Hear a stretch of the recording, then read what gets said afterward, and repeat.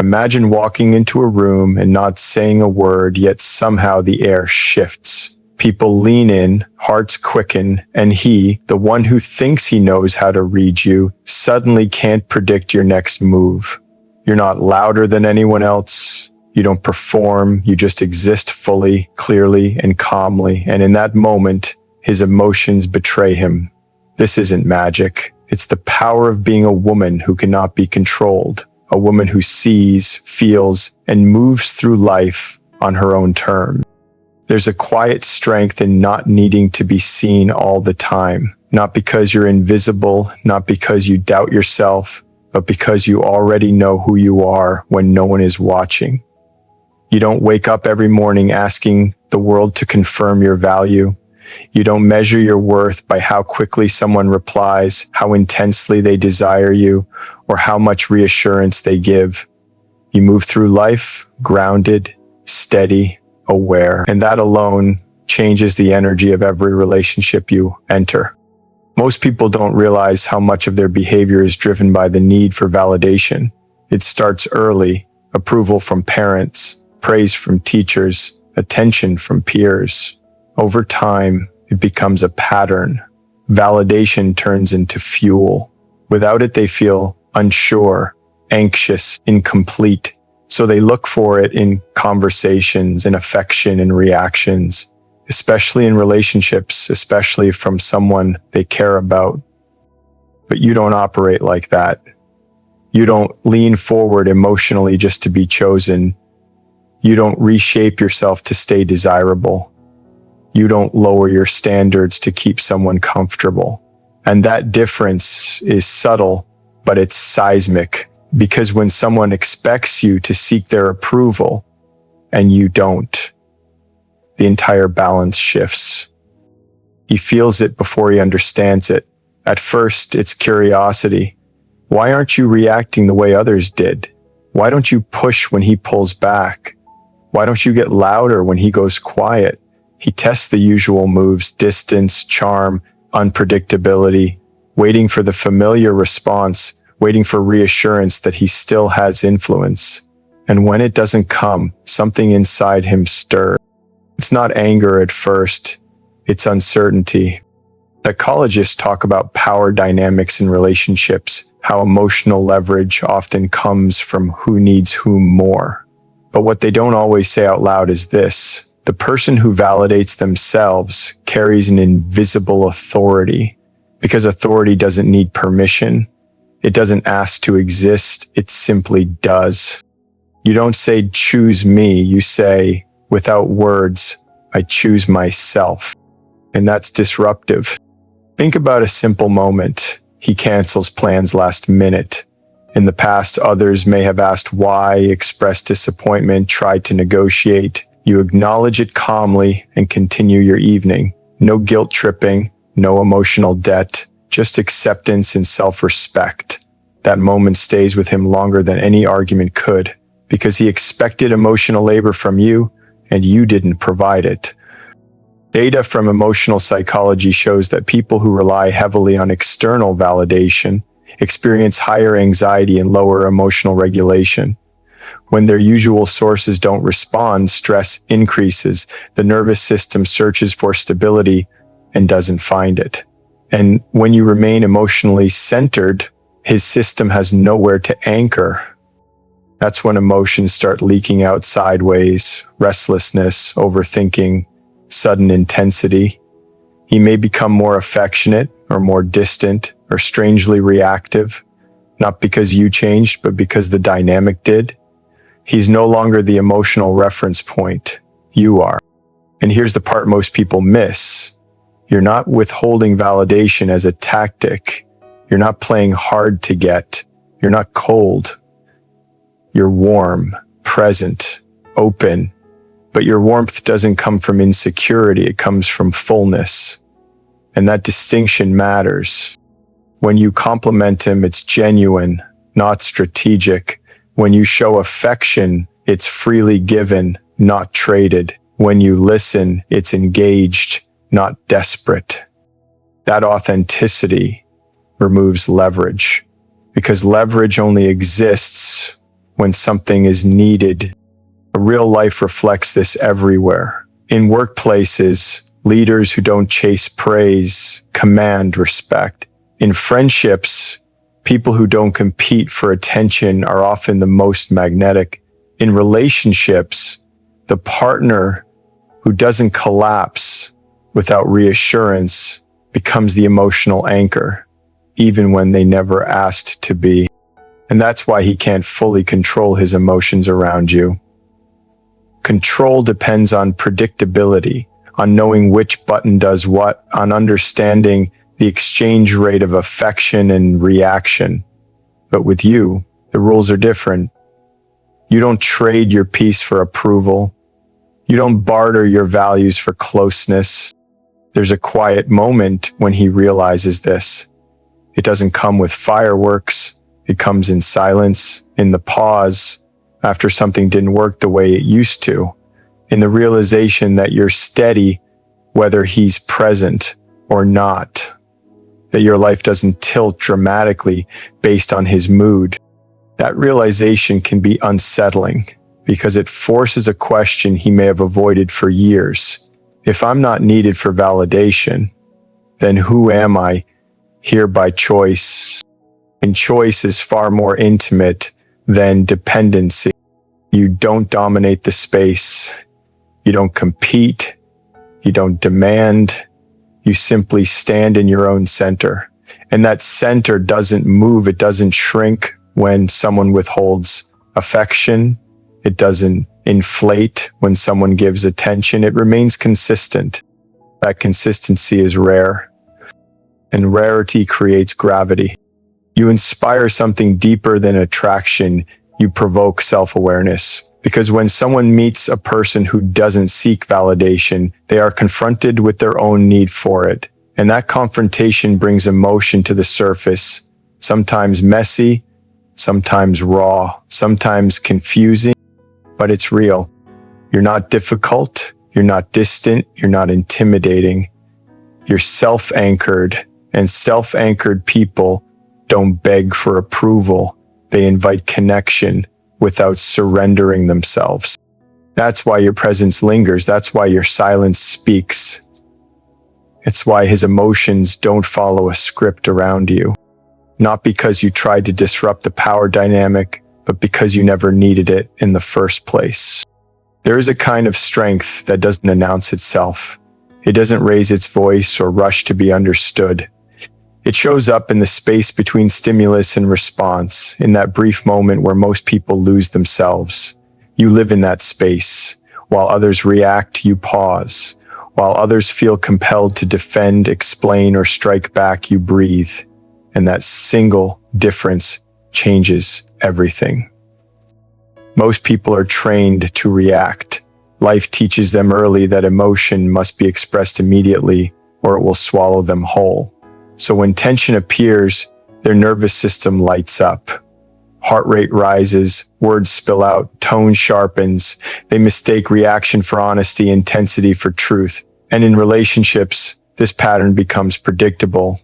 Push leads to push. Accusation meets defense. Emotion collides with emotion until no one remembers what started it. But you don't move like that. When something difficult is said, you don't rush to fill the silence. You let it land. You let yourself feel it without becoming it. That pause, small on the surface, has enormous weight underneath. Neuroscience explains why.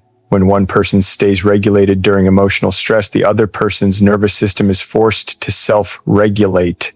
There's no emotional echo to amplify the moment, no chaos to hide behind. That's uncomfortable for someone who relies on reaction to feel in control. To imagine a real moment.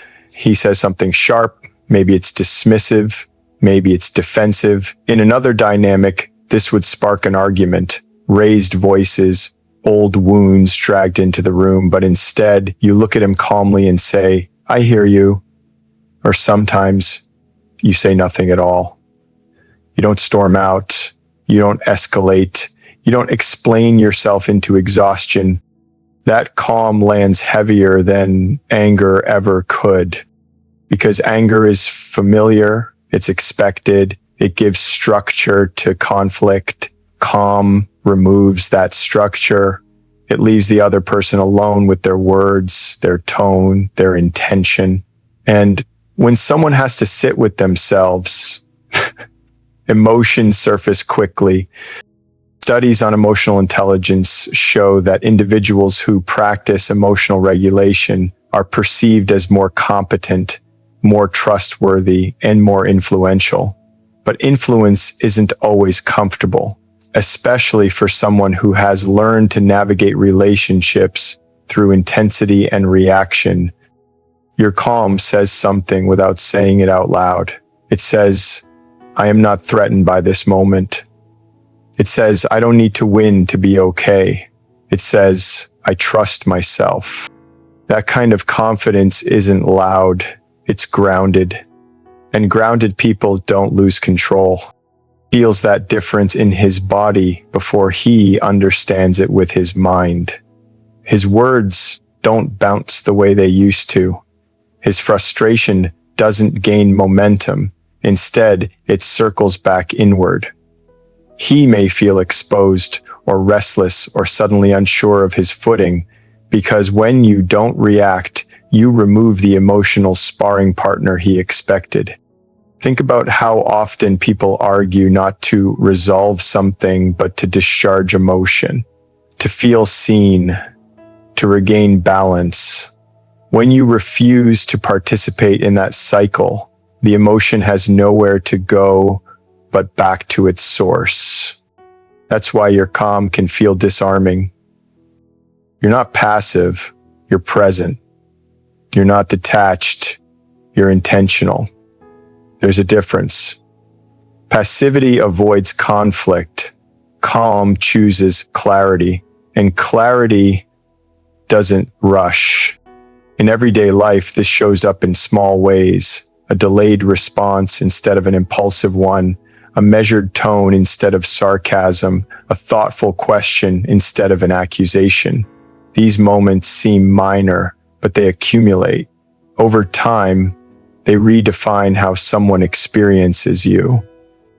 You may notice that conversations with you feel different, slower, deeper, less chaotic. He may feel drawn to that peace while simultaneously unsettled by it, because peace requires honesty. There's no noise to hide behind, no emotional fog to escape into. Data from conflict resolution research shows that couples who de-escalate through calm communication resolve issues more effectively and experience less long-term resentment. But for someone used to emotional turbulence, this can feel unfamiliar, even threatening, because chaos can feel like control when it's all you know. Your calm removes that illusion. There's a moment when he realizes that pushing harder doesn't move you. Raising his voice doesn't shake you. Withdrawing doesn't provoke panic. You remain steady.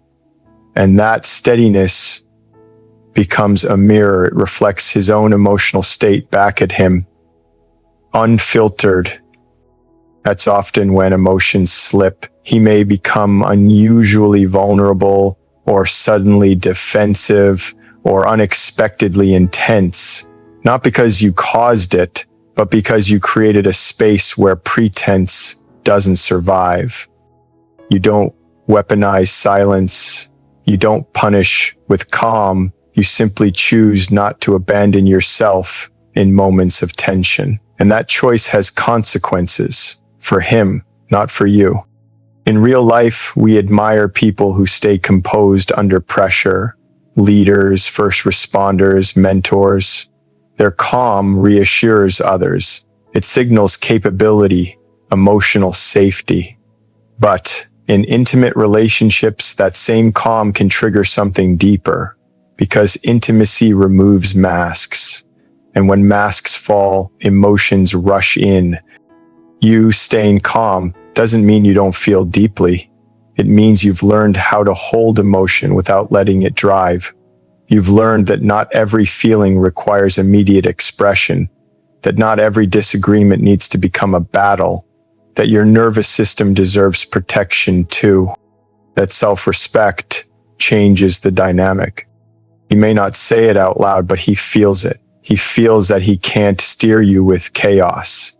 He can't pull you into emotional storms. He has to meet you where you are, grounded, aware, present, or not at all.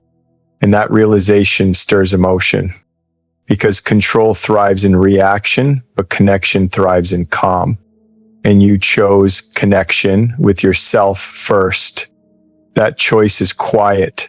That choice is powerful. And that choice is exactly why your presence stays with him long after the moment has passed. There's a clarity that comes when you fully inhabit your own life. When you stop waiting for someone else to validate your existence, to fill gaps you didn't know you had, to define who you are or who you can be. That clarity is magnetic, not because it demands attention, but because it radiates a quiet certainty that others can't ignore. You move through the world whole, complete, self-sufficient, and that alone shifts the entire dynamic in a relationship. Most people enter partnerships with an unspoken assumption. I need you to feel complete. I need you to fix the pieces I can't handle. I need you to fill the emptiness I haven't learned to face alone. And when you operate from that place, dependency drives emotion. Fear drives choices. Every interaction carries the weight of survival, emotional survival, not physical. You don't operate like that. You don't need him to complete your life.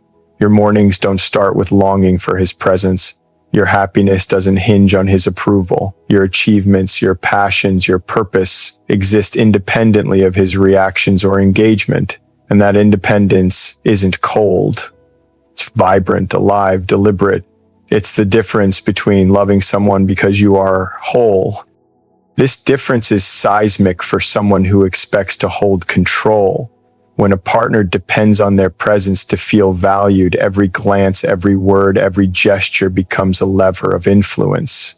But when you walk in fully yourself, when your life has its own rhythm and fulfillment, that lever disappears. There's nothing to pull, nothing to sway, no strings to manipulate. Imagine this in a real-life scenario. He texts less than you expect. In the past, you might have worried, speculated, chased. You might have spent hours analyzing tone, reading between lines, or constructing conversations that never happened. But now your response is simple. You continue with your day. You engage with your work, your friends, your passions. You feel the absence without panic. You exist fully in that moment, independent of his presence. Psychologists call this emotional self-sufficiency. People who possess it demonstrate higher resilience, lower anxiety, and stronger relational boundaries. But there's another layer. People who rely on others for emotional completion experience disruption when their expectations aren't met. And when you refuse to supply what he expects, his emotions stir. Confusion, longing, frustration, sometimes admiration, sometimes fear. You don't provide that response intentionally. You simply live in the fullness of yourself, and that alone is transformative. You don't need him to validate your worth because you already carry it. You don't need him to guide your happiness because you cultivate it yourself. And you don't need him to be present to feel complete because your presence is fully claimed by you. There's a subtle power in this. It's not the loud, flashy kind that demands attention. It's the kind that exists quietly in every decision you make, every boundary you set, every moment you choose yourself first. And people notice. He notices. Even if he doesn't articulate it, he feels the shift. He feels that he isn't the center of your gravity. And that can be disorienting, especially if he's accustomed to being the emotional anchor in relationships. Real-life examples of this exist everywhere. The friends who don't chase attention but are deeply magnetic. The colleagues who don't compete for praise but are respected universally. The mentors who don't demand agreement but inspire commitment. People who operate from wholeness naturally draw others in, not through need, but through presence.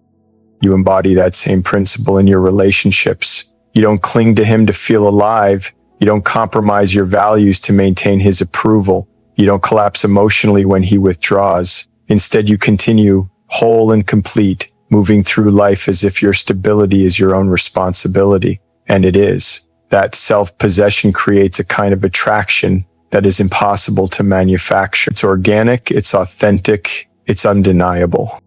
When someone realizes you don't need them to complete your life, it forces reflection, it forces honesty, because suddenly they confront a question they may have avoided. Why do I feel so pulled when she doesn't rely on me? Why do I feel exposed when she doesn't need me to be happy? Why do my attempts to control her emotions fail?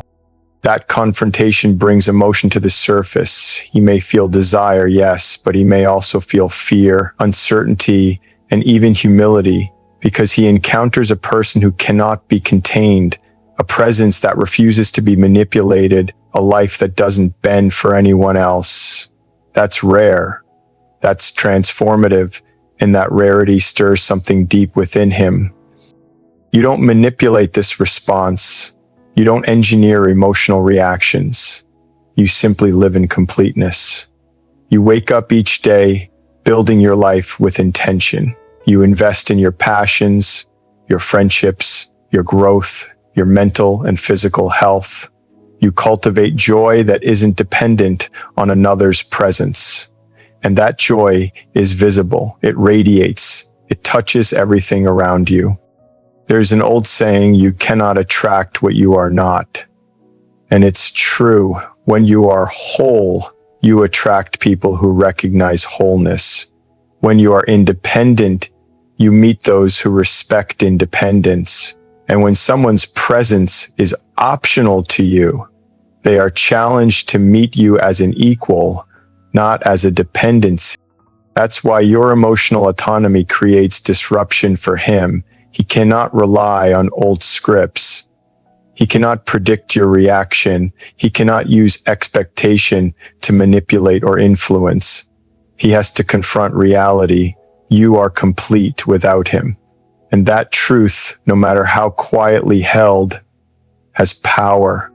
Even small gestures carry weight. A text unanswered doesn't provoke anxiety in you. It's a blip, not a crisis. A canceled plan doesn't destabilize your week. It's simply noted, accommodated, and life moves forward. He notices the steadiness. He notices that you are emotionally self-contained, and that noticing can create longing, admiration, and even introspection that he has never experienced before.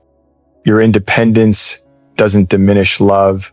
It doesn't close doors to connection. It enhances it. You are free to choose, not desperate to hold. You are free to give, not anxious to receive. You are free to share your life, not to cede it. And freedom, especially when embodied by someone you care for, is profound. It's a rare, quiet power. It's a power that doesn't scream, doesn't demand, doesn't perform. It simply exists, consistent, grounded, undeniable, and people sense it. Those who try to control, manipulate, or predict it feel their own emotions stir in ways they didn't anticipate. Confusion, longing, fear, respect, admiration, sometimes all at once. You live fully in your own world, fully in your own life. And that world is beautiful, rich, and complete. And by living in that completeness, you show others that they can meet you only as an equal, that they can be part of your life, but they cannot define it, that they can love you, but they cannot complete you. And that distinction, so subtle, so simple, is transformative, because you don't need him to complete your life. You are already complete. And that truth is felt by everyone around you, most intensely by those who hoped your wholeness would depend on them. There's a clarity that comes when you stop seeing people through the lens of fantasy and begin to see them for who they truly are. It's a kind of vision that doesn't rely on wishful thinking, hope, or the stories you want to tell yourself. You see him clearly, not as a hero, not as a savior, not as someone who has to rescue your happiness or complete your life.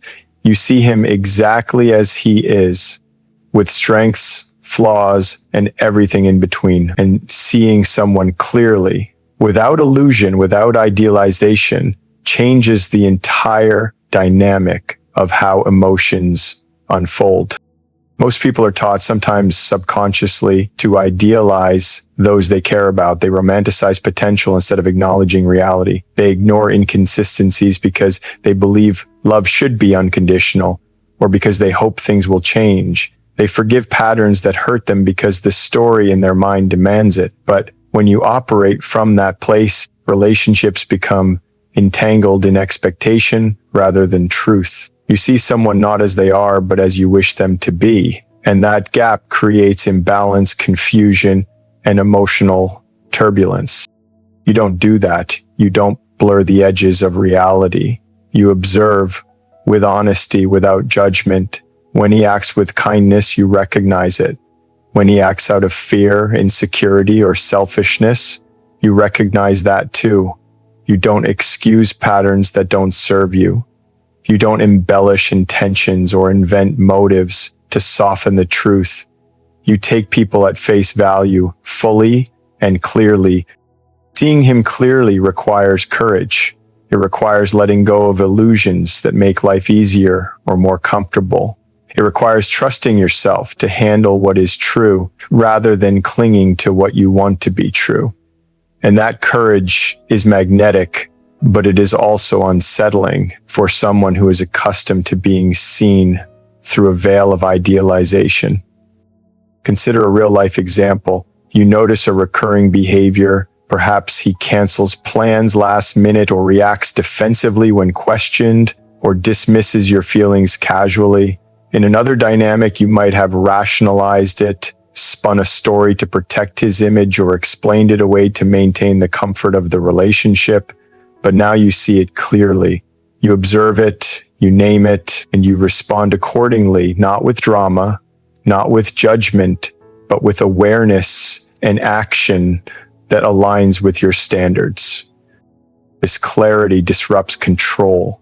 People who rely on emotional manipulation, charm, or expectation thrive on idealization. When someone sees them as more than they are, they can leverage that perception. When you see him clearly, that leverage evaporates. He cannot hide behind the fantasies you once held. He cannot manipulate perception to maintain dominance or emotional sway. And that realization stirs emotion, confusion, frustration, sometimes guilt, sometimes desire, sometimes awe, because he is confronted with a version of himself he cannot control. The honest version reflected back without distortion. Seeing him clearly also allows you to set boundaries without resentment. You don't stay in situations that harm you because you hope for a better version of him to appear someday. You make choices based on reality, not potential.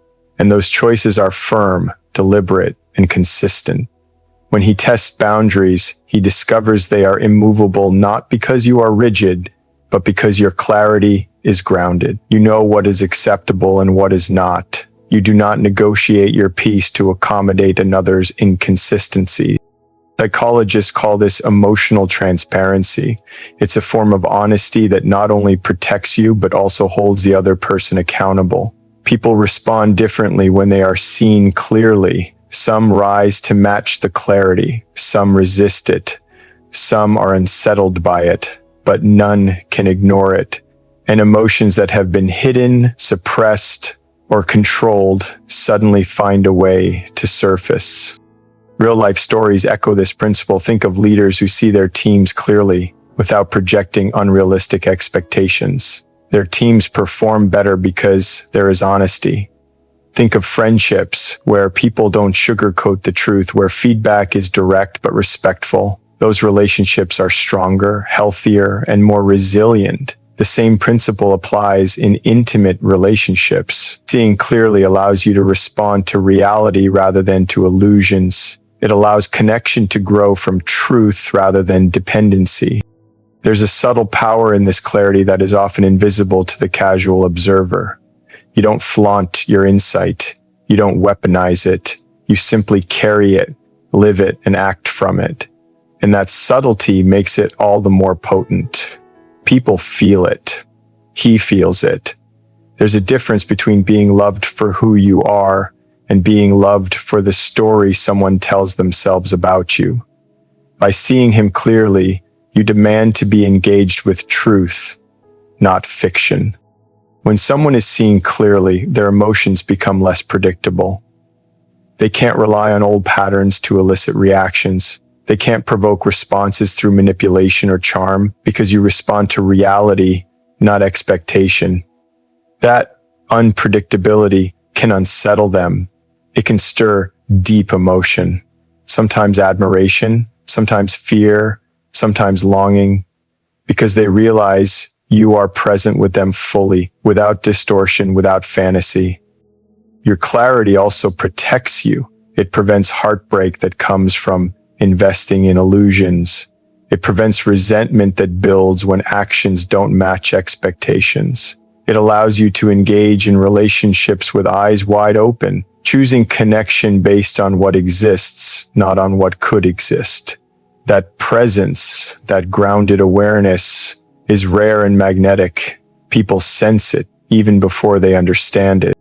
By seeing him clearly, you also reclaim your power. You are no longer caught in the oscillation between disappointment and hope. You are no longer pulled into emotional cycles that drain your energy. You move through relationships with intention, with awareness, with choice. And that movement creates a shift that he feels deeply, sometimes before he can even articulate it. And there is a moment when he recognizes that he cannot hide behind illusions around you, that your perception is sharp, unclouded, and unwavering, that your respect must be earned consistently, not assumed, that his actions have consequences in real time. And when he experiences that, emotions rise, sometimes confusion, sometimes regret, sometimes longing, sometimes admiration. He confronts himself in ways he didn't anticipate, because you are present fully, honestly, without illusion. Seeing clearly also cultivates deeper connection, not the shallow connection of idealized fantasy, but the profound bond of truth. When he knows he is seen as he is, and when you are seen as you are, there is no pretense, no mask, no expectation to perform. Connection becomes authentic, intimacy becomes real, and emotional resonance grows in a way that only truth can sustain. You don't idealize him because you understand the fragility of illusion.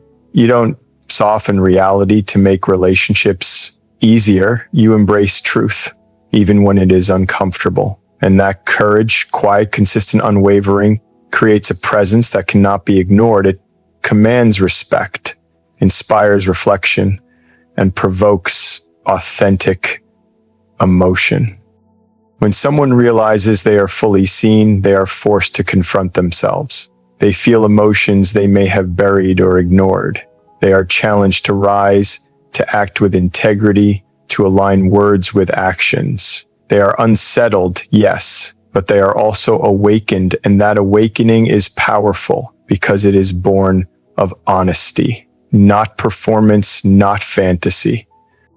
You see him clearly, and in doing so, you see yourself clearly. You do not lose yourself in expectation or desire. You maintain perspective. You honor your values. You preserve your boundaries. And through this clarity, you move through relationships, not as a participant in a story someone else writes, but as the author of your own experience. Your presence, your gaze, your discernment, all of it communicates one undeniable truth. I am not here for illusion. I am here for reality. I am here fully, and I will not be persuaded to settle for less. And when someone encounters that truth, their emotions cannot remain controlled. They surface raw, real, and undeniable because they are met with clarity, not fantasy. You don't see him through rose-colored glasses, and that is your power. You see him without distortion, without wishful thinking, without the need to make him something he isn't. And in that seeing, you protect yourself. You command respect. and you inspire authentic emotion. Because truth, when fully embodied, cannot be ignored and it cannot be contained. The truth is, your power doesn't come from forcing anyone to feel a certain way. It doesn't come from chasing, pleading, or performing. Your power comes from being grounded, whole, and self-aware. You stay calm when others react. You walk away from disrespect without a scene. You live a life complete on your own terms. You see him clearly, without illusion, without fantasy, without compromise. And in doing all of this, you create a space where emotions are honest, raw, and undeniable. You don't need to control him, because your strength lies in your freedom. Your strength lies in knowing your worth, living your truth, and allowing the world and him to meet you as you are, complete, unwavering, and unshakable.